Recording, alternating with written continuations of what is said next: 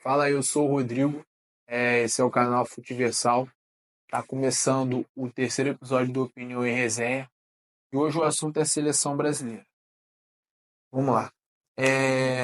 Primeira coisa, a gente tem que voltar ao passado para conseguir analisar o presente.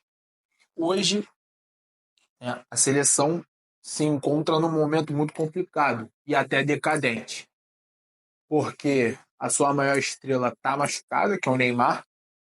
Isso aí é indiscutível. Ah, mas o Vinícius Júnior vai ser bola de ouro, mas o Vinícius Júnior ainda não mostrou que é o cara que vai decidir a seleção brasileira. Aí, em segundo, a gente tinha o Rodrigo, mas o Rodrigo também, pelo menos nessa data FIFA, não se mostrou não se mostrou uma boa peça. Assim, o destaque desses últimos jogos entre Peru e Chile foi o Luiz Henrique, Botafogo. Jogou muita bola. As duas vezes que entrou, fez gol, participou de gol. Então, assim, é, a nossa grande estrela ainda é o Neymar. Pode chiar, pode espernear, não tem como. É ele, a gente ainda é dependente dele. Porque sem ele, parece que a seleção não desenvolve um bom futebol. Meteu 4-0 no Peru. Mas, para isso acontecer, foram dois pênaltis. Não foi assim uma atuação tão convincente até o terceiro gol sair, tá? E assim, eu sou de uma época em que a seleção brasileira começava com essas duas seleções com dois gols na frente. Ah, o que você quer dizer com isso? A gente esperava no mínimo ser um 2-0 contra essas duas seleções. Assim, eu sou de uma época que a gente acordava cedo para ver Ronaldinho Gaúcho, Ronaldo Fenômeno, Kaká, Dida, Júlio César, Cafu, Roberto Carlos. Esses caras, era esse naipe. Ou seja, eliminatória, a briga era com a Argentina, tá? E a Argentina tinha um bom time, mas Brasil passava perrengue em Buenos Aires. O que foi muito diferente com o Tite. O Brasil ganhava tudo. O Brasil ganhava até em Buenos Aires.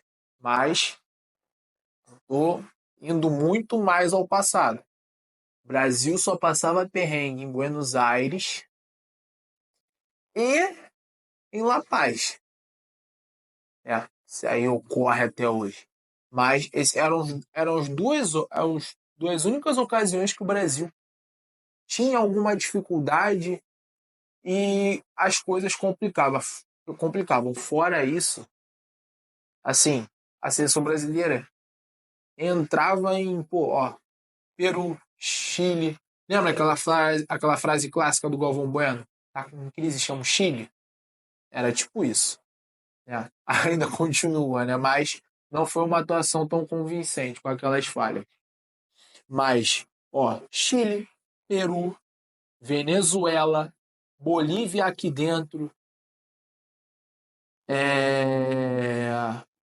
Paraguai antigamente dava uma dificuldade, mas hoje que não está tão bem. Assim, essas seleções, a gente iniciava o jogo praticamente com 2-0 já. Entendeu? Era sinal de tranquilidade, não tinha perrengue. Mas hoje é totalmente diferente contra essas seleções. A gente viu também contra o Paraguai agora. Tiveram dificuldades. Então, assim, a seleção não encaixa. Mas isso pode ser um bom sinal. Por quê? Aí a gente tem que voltar a 93 e a 2001. Praticamente os mesmos cenários. 93, nós tínhamos uma seleção em crise. No último jogo, praticamente não se sabia se o Brasil ia para a Copa, mas a gente tinha um bom sinal, a volta do Romário, né, que foi o grande destaque depois da Copa de 94, todo mundo sabe o que aconteceu, mas antes disso, o Brasil estava numa crise terrível. O Brasil não ganhava de ninguém, empatava jogos ridículos. Foi para a Copa do Mundo no último jogo, que foi contra o Uruguai, que é aquele clássico, o Romário sai de dentro e faz o gol.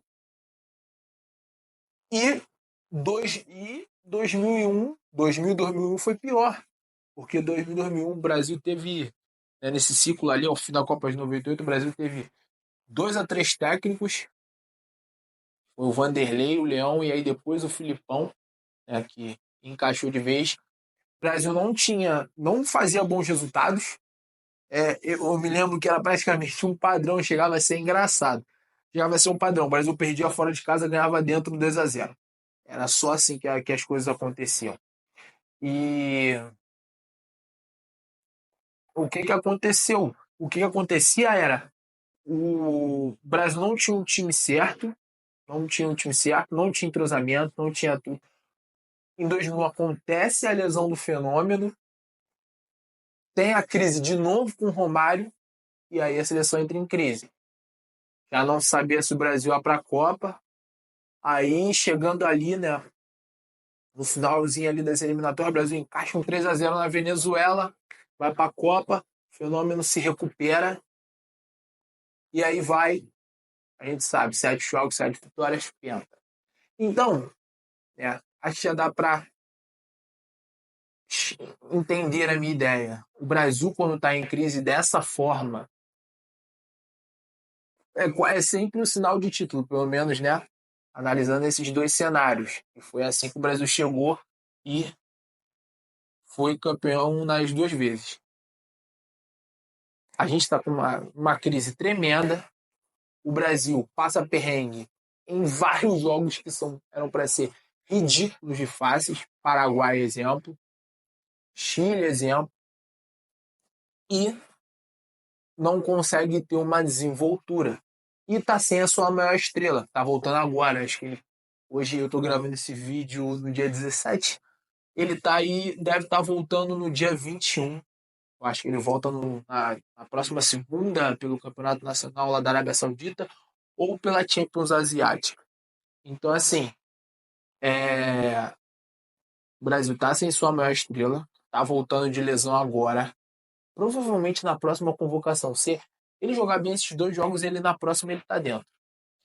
E tem a sua maior estrela voltando agora. Então, assim, e é a última Copa. Provavelmente deve ser a última Copa do Neymar. Então, eu acho que é o momento dele. Eu acho que ele vai dar os 100% para a seleção. Não vai, acredito que no clube dele lá ele deve dar ali uns 60%, 70%, porque aonde ele está. E os 60%, 70% dele já cumprem todas as expectativas que tem nele por lá. Então, eu acredito que o foco dele agora, por mais que eu acho que ele não consegue ser bola de ouro, né? A não ser que ele faça uma Copa monstruosa, que é o que a gente quer. Ele fazendo uma Copa monstruosa, ele leva uma bola de ouro, mas como eu acredito que isso vai ser muito complicado a partir de agora, o foco dele vai ser campeão do mundo. Vai ser campeão do mundo com a seleção e, como em 92, como em 93 e como em 2001, nós estamos no mesmo cenário. Agora, pô, só depende dele. Não depende só dele, mas se ele quiser vestir a camisa do carregador de piano, aí o time só depende dele. Ele consegue fazer todo mundo jogar. Mas aí, né, chega no outro panorama que eu tenho que fazer. Nós temos, né, que aí, se a gente olhar para a época, é igual. Nós tínhamos um bom goleiro, dois, né, que é o Alisson e o Ederson.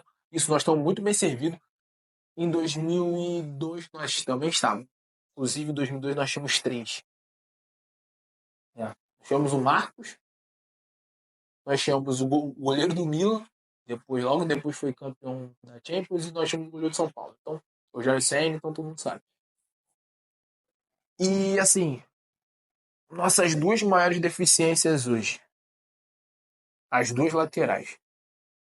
Porque uma coisa que eu também já tive conversando, lateral é uma posição é uma posição muito carente no mundo.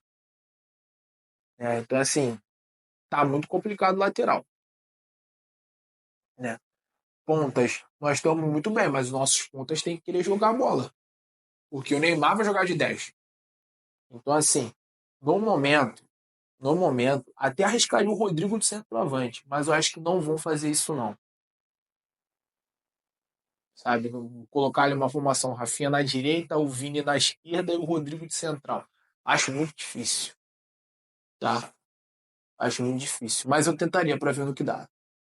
Ele já jogou assim na seleção. Então, assim, para encerrar o vídeo, né, para não ficar algo muito longo, eu acredito que é um momento de crise, mas se o Neymar quiser vestir o carregador, o uniforme de carregador de piano, ele consegue fazer todos esses caras jogarem e a seleção ser temida de novo. Porque assim, a seleção joga hoje com a história, tá? A seleção hoje joga com a história. Não joga mais, não tem jogado bola. O que tem ganhado jogo hoje é a camisa. Entendeu? E a gente não tá numa época que não dá mais para ser assim, principalmente falando em Copa do Mundo. Copa do Mundo vai para 48 seleções, formato novo. Então, o funil, ele tá. Por mais que aumente o número de participantes, o funil tá fazendo isso aqui, ó. Porque são mais jogos para ganhar. Então é isso, tá? É, me diz a opinião de vocês sobre o assunto nos comentários. O que vocês estão achando da seleção, se tá bom, se tá ruim. O que vocês têm de ideia para a Copa do Mundo aí que vem em 2026. Valeu!